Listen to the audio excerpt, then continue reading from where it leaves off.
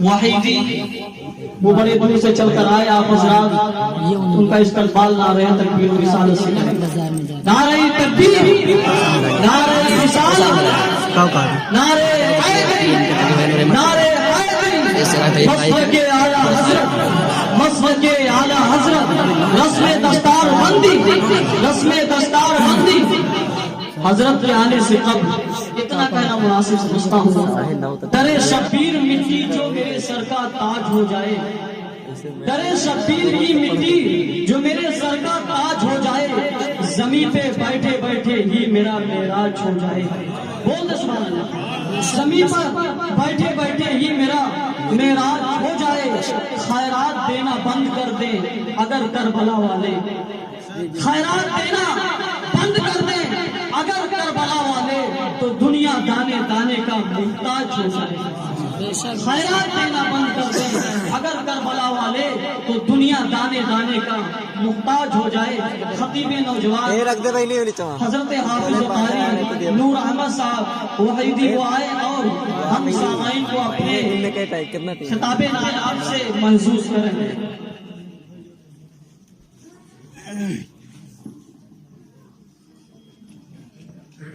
علی نبی اولاد علی حضرت مولانا سید جنید صاحب قبلہ و دیگر سناخان رسول مولانا عمران صاحب قبلہ اور ممبر پہ بیٹھے علماء کرام، شورا اعظام اور اعظام، بز میں بیٹھے سامعین کرام، پردہ نشین خواتین علیہ السلام، السلام علیکم ورحمۃ اللہ تعالی وبرکاتہ۔ تھکے تھے نہیں آپ حضرات؟ جو تھکے ہیں وہ ہاتھ اٹھا کر بولے سبحان اللہ۔ جب تھکاوٹ میں کوئی جان ہے تو پھر اور محبت سے بولیے سبحان اللہ۔ دیکھیے حضرات، میں آپ کی پیارے محبت میں پہلی بار حاضر آیا ہوں۔ میں کوئی خطیب اور نظیم تو نہیں ہوں، لیکن میں اپنے الفاظوں کے اندر آپ سامعین کرام کی جو خدمت کروں آپ اسے قبول فرمائیں۔ الحمدللہ الحمدللہ رب العالمین والعاقبۃ للمتقین والصلاة والسلام علی سید المرسلین وعلى آلہ واصحابہ الطیبین الطاہرین، اما بعد۔ اعوذ باللہ من الشیطان الرجیم، بسم اللہ الرحمن الرحیم، ان اکرمکم عند اللہ اتقاکم، صدق اللہ العظیم۔ غوث اعظم بمنی بے سر و ساما مددے، غوث اعظم بمنی بے سر و ساما مددے، قبلہ دی مددے کعبہ ایما مددے، بگرداب بلا افتاد کشتی، ضعیفانو شکستہ رات پشتی، بحق خواجہ عثمان ہارونی، مدد کن مدد کن مدد کن یا معین الدین چشتی، سربراہ شاہ کریمہ دستگیرہ اشرفا، حرمت روئے پیمبر یک نظر کن سوئے ماں، لی خمسۃ اطفی بہا حر البدائل حاطمہ، المصطفیٰ والمرتضیٰ وابناہما والفاطمہ۔ آئیے ہم سب سے پہلے گنبد خضرا میں آرام فرمانے والے آقا سیدی ابرار و اخیار، شہید شاہی ذی وقار، فضل بہر کائنات میں اولین و آخرین، سیاہ لامکاں مالک دو جہاں، مصطفیٰ جان رحمت شمع بزم ہدایت، نوشہ بزم جنت منبع جود و سخاوت، حضور احمد مجتبی محمد مصطفیٰ صلی اللہ تعالی علیہ وسلم کی بارگاہ میں جھوم جھوم کر درود پاک کا نظارہ پیش کریں۔ پڑھیے بآواز بلند اللہم صلی علی اللهم صل على سيدنا شفيعنا نبينا مولانا محمد كما تحب وترضى بعد صلي عليه صلاة وسلام عليك يا رسول الله صلى الله تعالى عليه وسلم۔ انسان نسیان سے مشتق ہے اور نسیان کا مطلب ہے بھول جانے کی۔ اللہ تبارک و تعالیٰ نے ہمیں بھولنے کی فطرت عطا کر کے، بھولنے کی عادت عطا کر کے ہم پر بہت بڑا احسان فرمایا ہے۔ اگر انسان کے پاس بھولنے کی عادت نہ ہو، بھولنے کی فطرت نہ ہو، تو انسان کبھی اپنے ماں باپ کے موت کے غم کو بھلا نہیں سکتا تھا، انسان کبھی غموں کو اور حادثوں کو فراموش نہیں کر سکتا تھا۔ اللہ تبارک و تعالیٰ نے ہمیں جو بھولنے کی فطرت عطا کی ہے، یہ اس کا بہت بڑا احسان ہے۔ آج انسان کے جو لبوں پر مسکراہٹ ہے، یہ بھولنے کی برکتیں ہیں کہ انسان اپنے غموں کو بھول جاتا ہے، اپنے حادثات کو بھول جاتا ہے، اسی لیے تو مسکراتا ہے۔ میرے آقا صلی اللہ تعالیٰ علیہ وسلم کے پیارے دیوانوں، اللہ تبارک و تعالیٰ نے جو انسان کو بھولنے کی فطرت عطا کی ہے، وہ اس لیے عطا کی ہے کہ انسان اپنے غموں کو بھول جائے اور خوشیوں کے اندر اپنی زندگی گزارے، انسان اپنی حادثات کو بھول جائے اور مسکراہٹ کے اندر اپنی زندگی گزارے۔ مگر آج انسان نے رب کائنات کے فرامین کو بھلانا شروع کر دیا ہے، اس کے پیارے حبیب صلی اللہ تعالیٰ علیہ وسلم کے فرامین کو بھول کر آج انسان گناہوں کی دہلیز پر قدم رکھ چکا ہے، اور ایسے ایسے گناہوں کے اندر ہماری قوم کی اکثریت ڈوبی ہوئی ہے جس کو بیان کرتے ہوئے شرم آتی ہے۔ میرے پیارے آقا صلی اللہ تعالیٰ علیہ وسلم کے پیارے دیوانوں، ایک زمانہ وہ تھا جب انسانوں کی راتیں مصلی پر گزرا کرتی تھی، ان کے ہاتھوں میں قرآن ہوا کرتا تھا اور وہ رب کائنات کی عبادت کیا کرتے تھے۔ مگر قسم خدا کی آج کے مسلمانوں کا حال دیکھو، آج کے نوجوانوں کا حال دیکھو، آج وہ اپنی راتیں عیاشوں میں گزار رہے ہیں، آج وہ اپنی راتیں گناہوں کے اڈے پر گزار رہے ہیں، آج مسلمان اپنی راتیں سنیما ہالوں میں گزار رہا ہے، آج مسلمان اپنی راتیں آرتی اسٹار میں گما رہا ہے، آج مسلمان اپنی راتیں گناہوں کے اڈے پر گزار رہا ہے۔ میرے پیارے آقا صلی اللہ تعالیٰ علیہ وسلم کے پیارے دیوانوں، آقا کریم صلی اللہ تعالیٰ علیہ وسلم نے ارشاد فرمایا، ماں عائشہ صدیقہ رضی اللہ تعالیٰ عنہا کے پوچھنے پر ماں عائشہ صدیقہ رضی اللہ تعالیٰ عنہا نبی کی بارگاہ میں عرض کرتی ہیں، اے اللہ کے پیارے حبیب صلی اللہ تعالیٰ علیہ وسلم، کیا اللہ تبارک و تعالیٰ تمہاری امت پر اجتماعی طور پر عذاب نازل نہیں کرے گا؟ کیا انفرادی طور پر عذاب نازل نہیں کرے گا؟ میرے آقا نے ارشاد فرمایا، سنو عائشہ، جب لوگ گناہ کرنے کے بعد اس کو گناہ تصور نہیں کریں گے، جب لوگ خدا کی نافرمانی کرنے کے بعد اس کو گناہ تصور نہیں کریں گے،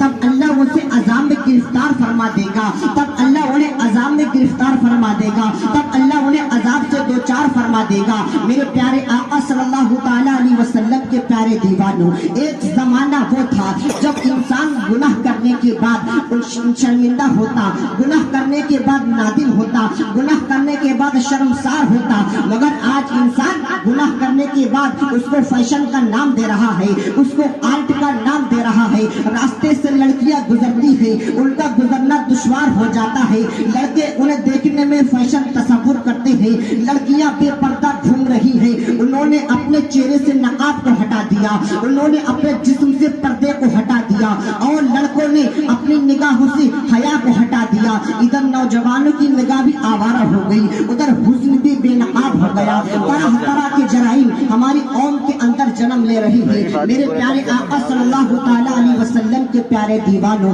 گناہوں کے اڈے آباد ہو رہے ہیں، مسجدیں ویران ہو رہی ہیں، نماز کے اوقات میں ٹی وی دیکھی جا رہی ہے، نماز کے اوقات میں کاروبار کیا جا رہا ہے، نماز کے اوقات میں گھروں میں بیٹھ کر گپ شپ کیا جا رہا ہے۔ ہم اتنا بڑا گناہ کر رہے ہیں اور لوگوں کو احساس ہی نہیں کہ اتنا بڑا گناہ رب کائنات کی بارگاہ میں کر رہے ہیں، اس گناہ کی معافی ہو سکتی ہے۔ میرے آقا علیہ الصلوۃ والسلام نے ارشاد فرمایا، جب لوگ ایک مرتبہ جان بوجھ کر میرے آقا نے فرمایا، جس نے ایک مرتبہ جان بوجھ کر نماز چھوڑ دی، قیامت کے دن کے لیے اس کے ساتھ میرا کوئی وعدہ نہیں۔ آقا یہاں تک فرماتے ہیں، جس نے ایک مرتبہ جان بوجھ کر نماز چھوڑ دی، وہ میری ذمہ داری سے باہر نکل گیا۔ میرے پیارے آقا صلی اللہ تعالیٰ علیہ وسلم کے پیارے دیوانوں، آقا کریم صلی اللہ تعالیٰ علیہ وسلم نے ارشاد فرمایا قرب قیامت ایسا ہوگا کہ لوگ راستوں پر اس طریقے سے رہیں گے، مرد اور عورت راستوں پر اس طریقے سے رہیں گے جیسے کہ جانور رہا کرتے ہیں۔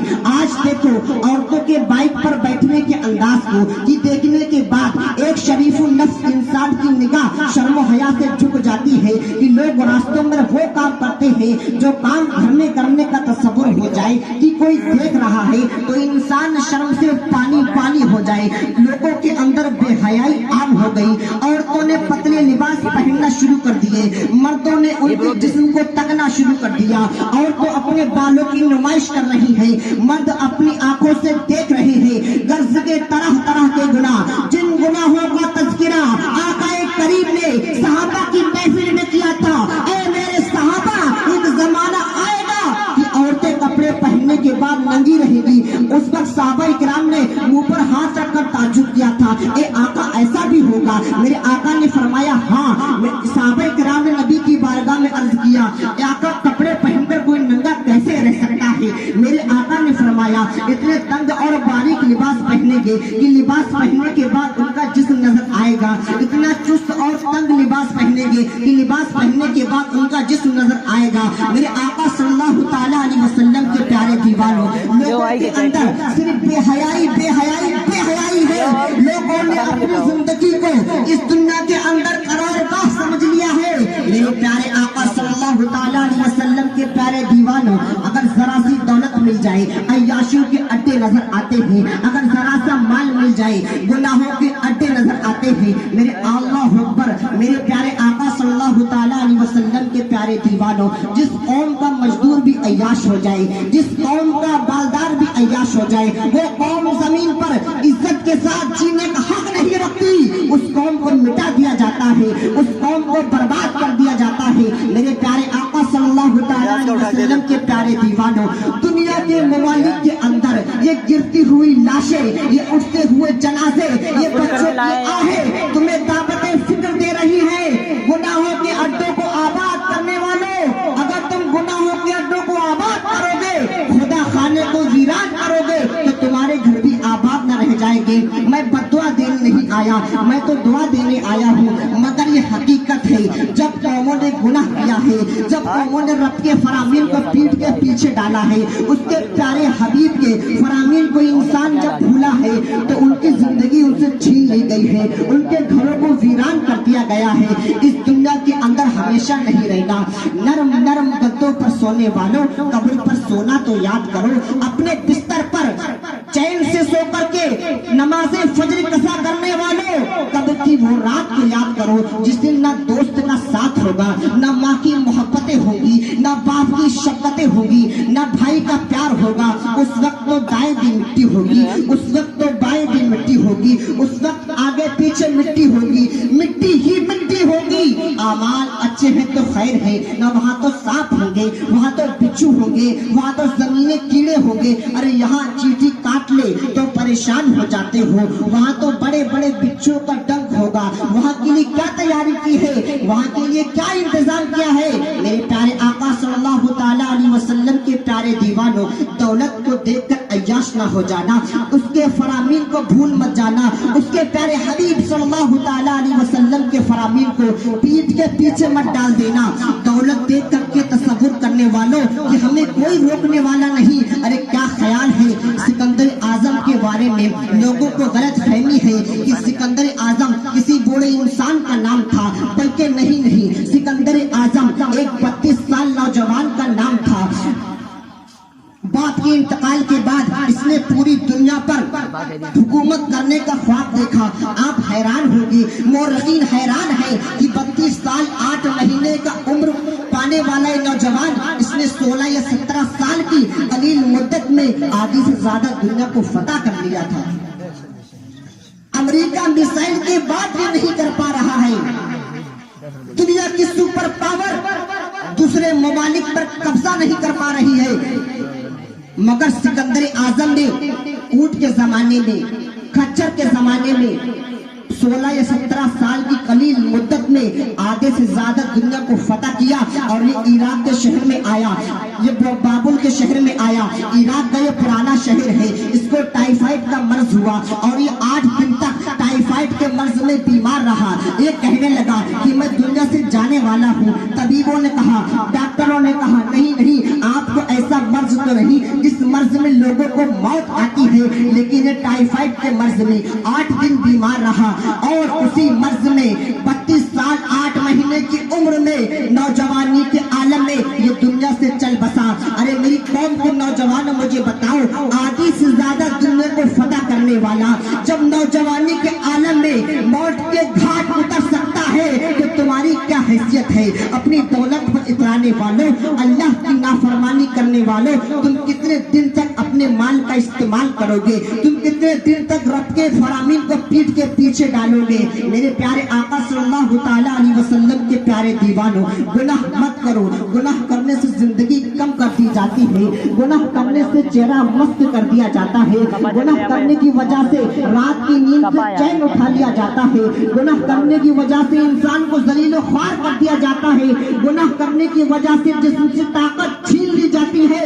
میرے پیارے آقا صلی اللہ تعالیٰ علیہ وسلم کے پیارے دیوانوں, اس رب قیوم سے ڈرو جس نے یہ فرما کر تمہیں آگاہ کر دیا ہے, جس نے یہ فرما کر تمہیں مطلع کر دیا ہے. فَمَن يَعْمَلْ مِثْقَالَ ذَرَّةٍ خَيْرًا يَرَهُ وَمَن يَعْمَلْ مِثْقَالَ ذَرَّةٍ شَرًّا يَرَهُ. اگر تم ذرہ برابر بھی نیکی کرو گے وہ بھی خدا تمہیں دکھا دے گا, اگر ذرہ برابر بھی گناہ کرو گے وہ بھی خدا تمہیں دکھا دے گا.